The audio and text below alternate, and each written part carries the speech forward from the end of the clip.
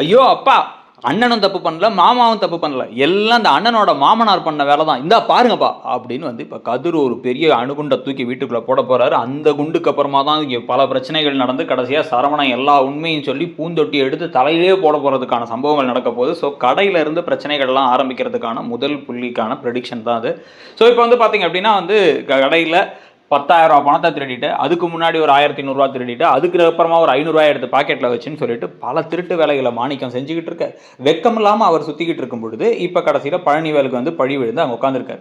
இப்போ என்ன ஆயிடுது அப்படின்னா வந்து திடீர்னு ஒரு ஆள் கடைக்கு வந்தவங்க பாண்டியன் கிட்டக்க, என்ன பாண்டியா அதுக்குள்ளே ஓஹோன்னு வளர்ந்து 2 கடை ஆரம்பிச்சிட்ட, ஒன்றுமே இல்லாமல் ஆரம்பித்த மாதிரி இருந்துச்சு 25-30 வருஷத்துக்கு முன்னாடி, டக்கு டக்கு டக்குன்னு வளர்ந்து இப்போ பாரு 2 கடை போட்ட அப்படின்னா 2 கடையா அப்படின்னு பாண்டியன் கேட்க, ஆமாம் இப்போ தான் வந்து உங்களோட பிரான்ச் கடையில் போய் தான் வாங்கிட்டு வந்தேன், இப்போ தான் கையில் பாரு வாங்கிட்டு வந்துட்டு இருக்கேன், எப்படியோ வீட்டுக்கு பக்கத்தில் அது இருந்துச்சு, இந்த பக்கமாக சரி டீ குடிக்கலான்னு போனேன், போகும்பொழுது ஒன் டே வந்து பேசினேன் அப்படிங்கும் போது, எந்த கடையை சொல்கிறீங்க அப்படின்னா பழனிவேல் கடை தான், பழனிவேல் பாண்டியன் ஸ்டோர்ஸ் பிரான்ச் தானாமே, அங்கே கடை போட்டிருக்கான்னு சொல்லிட்டு அவனும் அவன் ஒய்ஃப் உட்காந்துருக்காங்களே அங்கே தான் வாங்கிட்டு வந்தேன் அப்படின்னு ஒன்று ஒரு அப்படியா சரி அப்படின்னு சொல்லி போயிட்டு கடுப்பாயிட்டு வந்து இப்போ தான் கடை கணக்கு எண்ணிட்டு இருந்தார். வேறு கடை கணக்கு என்னதில் ஒரு மொத்தமாக இந்த மாத இதிலே வந்து கணக்கில் வந்து 16,000 குறையுது. 16,000 குறையுது, எப்படா 16,000 குறையும், இந்த பழனிவேல் போய் தான்டா கடைசியாக பணத்தை எடுத்துக்கிட்டு இருந்தான் அப்படின்ட்டு இருந்தவர் டக்குன்னு அப்பா விடுங்கப்பான்னு சரவணன் அந்த பக்கம் சொல்கிறாரு. அப்பா இல்லைப்பான்னு அப்படிங்கும் போதே வந்து வேகமாக கிளம்பி போயிடுறாரு.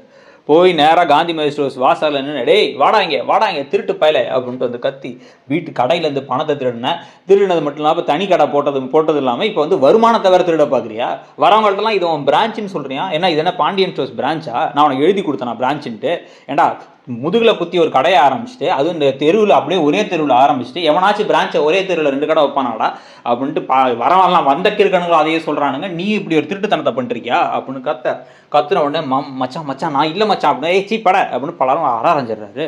அரைஞ்ச உடனே சுகன்யா கடுப்பை, என்ன நான் தான் அப்படி சொன்னேன், ஏன் சொல்லக்கூடாதா, அத்தனை வருஷமா அங்கே தானே கற்றுக்கிட்டார், தொழில் கற்றுக்கிட்டாரு, ஓ அப்போ உங்கள் மச்சான் உங்களுக்கு பிரான்ச்சுன்னு சொன்னாலும் கோவம் வருது, அவர் கடை ஆரம்பித்தாலும் கோவம் வருது, எவ்வளோ கேவலமாக இருக்கீங்க அப்படின்ற மாதிரி பேச, ரொம்ப பேசாதீங்க அப்படின்னு வந்து இப்போ இந்த பக்கம் சரவணன் தடுத்து நிறுத்தி வீட்டுக்கு கூட்டம் தர்றாரு. கடைக்கு கூட்டுறம்போது தான் இன்னொரு ஆப் ஒன்று ரெடியாக இருக்குது, வந்து இவ்வளோ பெரிய பிரச்சனையான கடையிலேருந்து வீட்டுக்கு போய் தஸ்ஸு புஸ்ஸுன்னு சொல்லி தாம் குதிச்சு பணத்தை திருடிட்டாண்டி உன் தம்பி அப்படின்னு புலம்பிக்கிட்டு இருக்க.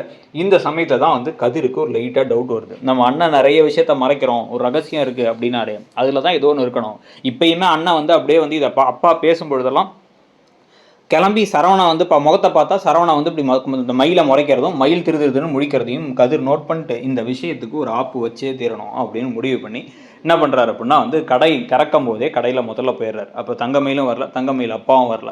வந்துட்டு என்னடா நீ எதுக்குறா கடைக்கு வந்திருக்க அப்படின்னு கேட்க, இல்லைப்பா அது நம்ம இதுக்கு இப்போ ஸ்டோர்ஸுக்கு வந்து நம்ம ட்ராவல்ஸுக்கு கொஞ்சோண்டு வந்து பொருள்லாம் தேவைப்படுது, பூஜை சாமான்லாம், அதுக்கு தான் அப்படின்னோடனே எடுத்துக்கடா அப்படின்ட்டு வந்து போக இந்தாங்கப்பா 150 ரூபா அப்படின்னு ஒரு கொடுத்த உடனே வந்து ஒரு முறைக்கிறாரு பாண்டியன். முறைச்சோடனே இல்லைப்பா அப்படிங்கும்போது பட அப்படின்னா ஒரு கடைசி 150 ரூபா எடுத்து சிரிச்சுட்டே வெளில வந்துடுறாரு.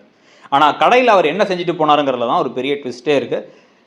இப்போ கடையில் தங்கமயிலோட அப்பா முதல்ல வராரு. வந்துட்டு அப்படியே வந்து விசிறியை தூக்கிட்டு வந்துட்டு கரெக்டாக பாண்டியன் வெளில கிளம்பி போனோடனே கல்லால் போய் உட்காந்துட்டார். நல்ல வேலை இந்த பழனிவேல் இருந்தால் எதையுமே திருட முடியாமல் இருந்துச்சு, இப்போ வேலைக்கு ஆள் போட்டாங்கன்னா அவனுக்கு சேர்த்து நான் ஆர்டர் பண்ணிடலாம் அப்படின்ற மாதிரிலாம் வந்து பேச, தங்கமயில் ஏற்கனவே நான் கடுப்பில் இருக்கேன்ப்பா, இந்த ஏதோ திருடுறதுன்னு பேசாத, இந்த 10,000 ரூபா காசு எங்கேப்பா போச்சு அப்படின்னா வந்து இருமா ஏற்பாடு பண்ணிக்கிட்டு இருக்கேன் அப்படின்னா, இல்லை கணக்கு போட்டிருப்பாங்கப்பா, மாமா இன்னும் கேட்கல, மாதக்கணக்கில் கண்டிப்பாக எங்கேயாச்சும் சிக்கியிருக்கோம் அப்படின்னா வந்து இருமா ஏமா பயப்படுற, உங்கள் அம்மா எப்பயுமே சொல்லும் இந்த தங்கமயிலுக்கு ஒரு வாழ்க்கையில் ஒரு பயம் இல்லாமல் வாழவே தெரியாதுன்ட்டு, எல்லா பிரச்சனையும் முடிஞ்சிருச்சுமா, அதுக்கப்புறம் அவங்க குடும்பத்தை அவ்வளோ பெரிய பிரச்சனை வந்துருச்சு, அந்த 10,000 ரூபா திருட்டு கேஸும் கண்டிப்பாக அவர் மேலே தான் போடுவாங்க, நீ ஒன்றும் கவலைப்படாதம்மா அப்படிங்க. நேற்று வேற போய் மாமா அங்கே போய் சண்டை போட்டு வந்துட்டாராம்ப்பா அப்படின்னா, அதுக்கெல்லாம் என்னம்மா பண்ண முடியும் நம்ம, அது பழி அங்கே பாவம் ஒரு இடத்துல பழி ஒரு இடத்துல தான் இருக்கணும்னா அது தான் ஆகணும், நம்ம எப்படியோ தப்பிச்சிட்டோம்ல அப்படின்ட்டு என்ன பண்ணுறாரு, டக்குன்னு எடுத்து கல்லால் இருந்து இன்னும் ஒரு 500 ரூபா எடுத்து பாக்கெட்டில் போட்டுறாரு. என்னப்பா பண்ணுறீங்க அப்படின்னா, அடுத்து 10,500 ரூபா வச்சிடறாமா, என்ன எனக்கு சம்பளம் தரணும்ல, என்ன உங்கள் மாமனார் என்ன சம்பளத்தை பற்றி பேசலை,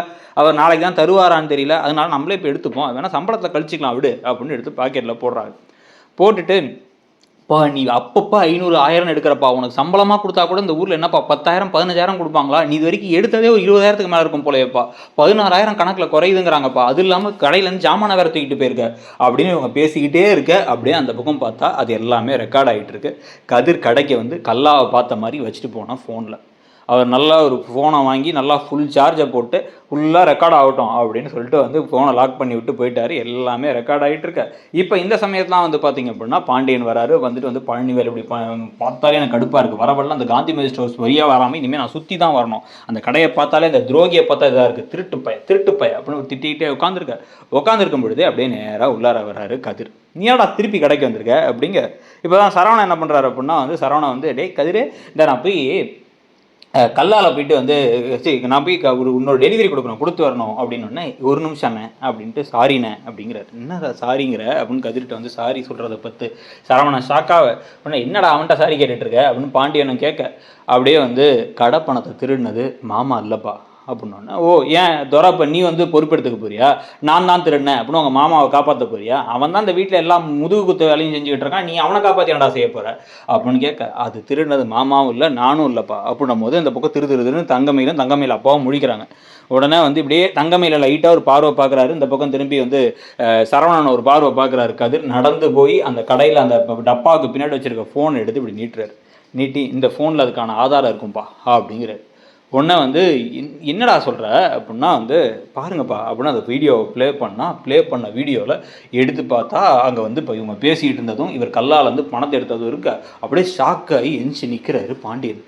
சம்மந்தி அப்படிங்கும் போதே வந்து சம்மந்தி இல்லை சம்மந்தி சம்பளத்தில் அந்த 10,000 ரூபா உங்கள்ட்ட தான் கொடுத்தாங்களா, அதை நீங்கள் தான் எடுத்தீங்களா அப்படின்னு மட்டும் கேட்க உடனே இந்த பக்கம் கடுப்பாயிட்டாரு சரவணன். டக்குன்னு சரவணன் போயிட்டு யோ வெளில போய் முதல்ல கடையை விட்டு அப்பா நான் சொல்கிறேன்ப்பா எனக்கு இது அப்படிங்கும் போதே அப்படியே பாண்டியன் எழுந்திரிச்சு அப்படியே மெதுவாக நடந்து வண்டி ஏற்று அப்படியே வீட்டுக்கு போயிடுறாரு.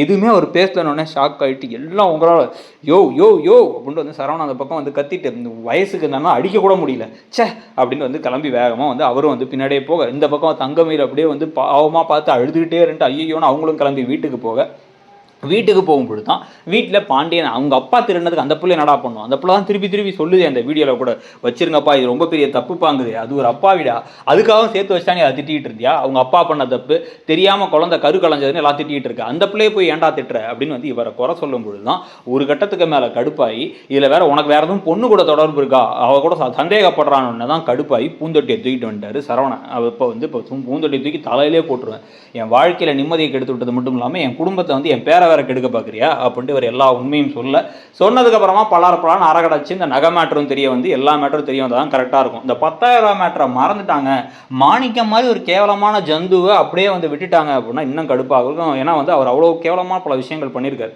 நீங்கள் என்ன நினைக்கிறீங்க, அவரை மாட்ட விடாமல் தப்பிக்க வச்சிட்டாங்கன்னா அது ஓகேன்னு நினைக்கிறீங்களா, இல்லை எல்லா விஷயங்களும் ஒரே டைமில் அப்படியே தெரிஞ்சுறது பெட்டர், இந்த ரோகிணி மாதிரி இழுத்துக்கிட்டே போகாமல் சிறகடிக்க ஆசையில் அப்படின்னு நினைக்கிறீங்களா அப்படிங்கிறதையும் சொல்லுங்கள்.